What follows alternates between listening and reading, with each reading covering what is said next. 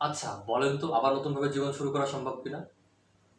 ভাবেন তো, আপনার জীবনে আপনি যে ধরনের স্বপ্ন দেখতেন, আপনি যে ধরনের ইচ্ছা ছিল আপনার, আপনার যেভাবে হওয়ার কথা ছিল, এইভাবে আপনি আবার হতে পারবেন? চিন্তা করেন লাইফটা কেমন হবে। আপনি আপনার আবারও উদ্যমতা নিয়ে, আবারও শক্তি নিয়ে, সর্বোচ্চ দিয়ে আপনি আপনার ক্যারিয়ারে সাকসেস আনবেন, আপনি আপনার জীবনে সফল হবেন, আপনি আপনার জীবনে কাঙ্ক্ষিত রেজাল্ট অর্জন করবেন, আপনি আপনার যেটা চাও সেটা পূরণ করবেন। এটা কেমন হবে? অবিশ্বাস হলেও এটাই সত্য যে এটা সম্ভব। প্রশ্ন হচ্ছে কিভাবে।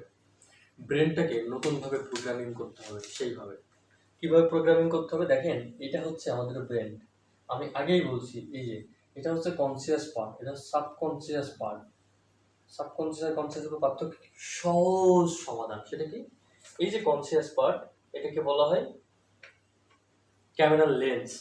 আর এই যে সাবকনসিয়াস পার্ট, এটাকে বলা হয় মেমোরি, মানে যেখানে জিনিসপাতি থাকে। অর্থাৎ আপনি আমার কথা বুঝতেছেন বা শুনতেছেন, এটা কিভাবে? আপনার এই যে মেমোরির রেফারেন্স থেকে সত্য বা মিথ্যার পার্থক্যটা করতেছেন। তাহলে এই যে মেমোরিতে সমস্যাটা কোথায় আমাদের? আমাদের জীবনে হতাশা, আমরা পারবো না, পারি না, হয় না, হচ্ছে না, এটাই সমস্যা, ওটাই সমস্যা। এই বলেছে যে এটা হয় না, ও বলেছে এটা হয় না, ও বলেছে যে আমি পারবো না, ও ওখানে আমাকে ধোকা দিয়েছে, এটা আমার এর সাথে এটা হয়েছে। নানান ধরনের চিন্তা চেতনা আমাদের ভিতরে ভর করে এবং আমরা আসলে এটার উপরে ধাবিত হচ্ছি। তো এই ধাবিত যে হচ্ছি, এটা হওয়ার পেছনে কারণ কি? দেখেন, সরি, এটা হওয়ার পেছনে কারণ কি? খুব সুন্দরভাবে দেখবেন ব্যাপারটা। এই হওয়ার পেছনে কারণ এই যে এইটা, এই সাবকনসিয়াস এবং কনসিয়াস, এটা পাঁচটা ভাবে ডেভেলপমেন্ট করে, পাঁচটা ভাবে এই লেন্স দিয়ে মানুষজন দেখে। কোন মানুষজন? আমাদের ব্রেনের ভিতর যে মানুষজন থাকে, আমাদের বডির ভিতর যে মানুষজন থাকে, সেটা দেখে। সেটাকে বলা হয় পঞ্চ ইন্দ্রিয়। কি ইন্দ্রিয়? পঞ্চ ইন্দ্রিয়।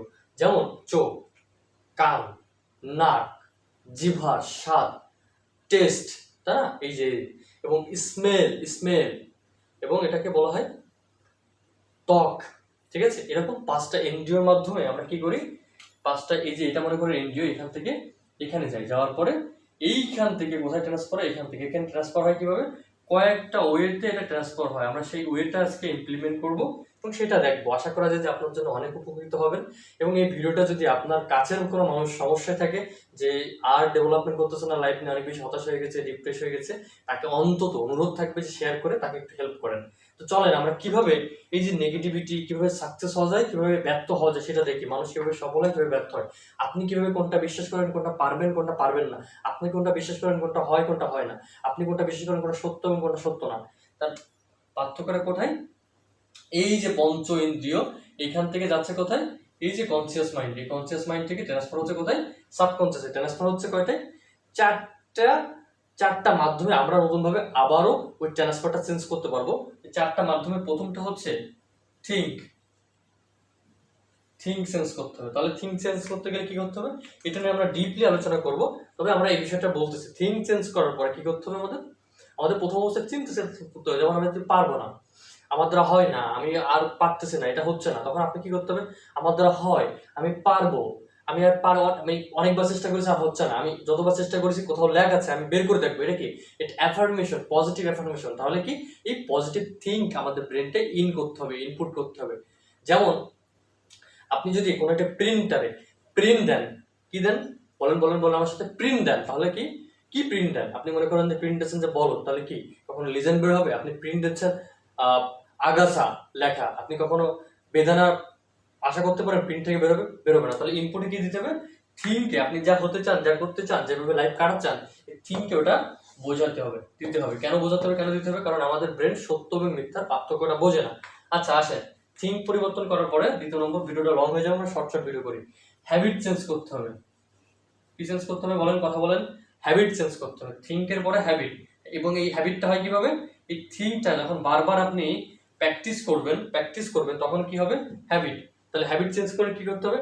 হ্যাবিট চেঞ্জ করার পরে আমি যে রিসেন্টলি আমি যে স্টাডিটা করতেছি বা রিসার্চটা করতেছি, সেটা হচ্ছে আমার সম্মানিত স্যার, উনি হচ্ছে ডক্টর ব্রুস লিপটন, আপনারা ইউটিউবে পেয়ে যাবেন। উনি হচ্ছে জিনের, অর্থাৎ বিলিভ অফ বায়োলজির উপরে উনি হচ্ছে ওইটার জনক।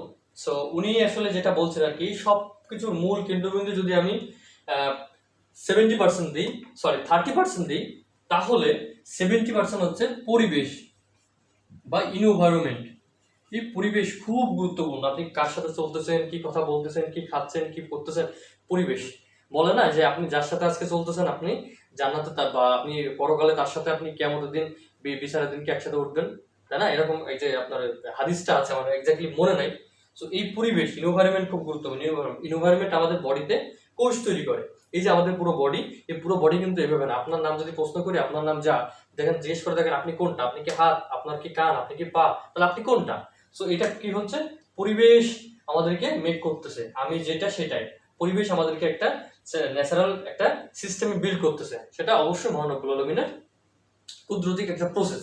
ওটা আমরা আসলে না যাই, আজকে আমাদের পরিবেশ, এই পরিবেশ আমাদের চেঞ্জ করতে হবে, জিনগত অ্যাবিলিটি, স্টেবিলিটি আমাদের চেঞ্জ করতে হবে। এরপর কি করতে হবে, 4 নম্বর একটা জায়গা চেঞ্জ করতে হবে আমাদের লাইফটা চেঞ্জ করার জন্য। সেটা হচ্ছে এই সব কিছু বোঝার পরে যে আজকে আপনি যেটা কি করলেন, থিঙ্ক পরিবর্তন করার জন্য কি করলেন, একটা লার্ন নিলেন। লার্নটা কি করতে হবে, অ্যাকশন। সো অ্যাকশন যখন আপনি নেবেন তখন দেখবেন যে কি আপনার রেজাল্ট আসছে। অ্যাকশন না পর্যন্ত হবে না। আপনি 1000 মাইল যাত্রা চিন্তা করে কখনো পার হওয়া সম্ভব না। আপনাকে পার তখনই হবেন যখন প্রথম পদক্ষেপটা নেবেন। ক্লিয়ার কেন কথাটা? তাহলে এটা কি করতে হবে, অ্যাকশন নিতে হলে আপনার ভাঙাচোরা যে অবস্থা আছে, পারফেকশন কখনো হবে না। আপনাকে just do, just do, just do, এখনই করতে হবে, এই মুহূর্তে করতে হবে। ওকে?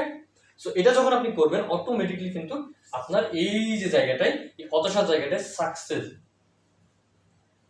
সাকসেস কিন্তু বিল্ড অটোমেটিকলি হয়ে যাবে। So you are successful. So এখন কি করতে হবে, থিঙ্ক পরিবর্তন করেন, অভ্যাস পরিবর্তন করেন, এনভায়রনমেন্ট পরিবর্তন করেন, অ্যাকশন নেন। ব্যাস, আপনি কিন্তু সফল মানুষের মতো হয়ে গেছেন। যদি আপনি সফল মানুষকে ফলো করতে চান, সফল মানুষের মতো হতে চান, তাহলে সফল মানুষ যা যা করেছে অসফল অবস্থায় আপনাকে ঠিক তাই করতে হবে। তো এটা করা শুরু করেন, দেখবেন যে আপনি লাইফে অনেক ভালো কিছু করতে পারবেন। ভালো থাকেন এবং সুস্থ থাকেন। আমার পরিচয়টা দিয়ে রাখি, আমি মহিমিনুর রিমন, কাজ করতেছি হচ্ছে আপনার এন্টারপ্রেনার হিসেবে, ইউথ এন্টারপ্রেনার। এর পাশাপাশি হচ্ছে আমার স্টাডি বা ভালো লাগার জায়গা হচ্ছে আপনার believe of biology, psychology, science, neuro science. So as আমি নিউরো মার্কেটিং এক্সপার্ট হিসেবে মোটামুটি কিছু ব্র্যান্ডের সাথে কাজ করতেছি। এর পাশাপাশি নিউরো সায়েন্স, সাইকোলজি এবং believe of biology, NLP, neuro linguistic program করে আমার স্টাডি রানিং চলতেছে। সো যাদের যে কোনো বিষয়ে হেল্প লাগলে ইনশাআল্লাহ জানাই, এবং প্রতিনিয়ত এই ধরনের কন্টেন্ট পেতে চাইলে অবশ্যই কমেন্ট করেন এবং ভিডিওটা শেয়ার করেন, অন্যকে উপকার করা দেন এবং আমাকে ইন্সপায়ার করার সুযোগ করে দেন, আপনাদের আরো বেশি বেশি ভ্যালু দিতে পারি, এমনকি ফ্রিতে আপনাদের সেমিনারও করাইতে পারি, ট্রেনিংও করাইতে পারি। সো এই আর কি, মোটামুটি আপনি কি বুঝতে পারলেন জানান। ভালো থাকেন, সুস্থ থাকেন। আসসালামু আলাইকুম।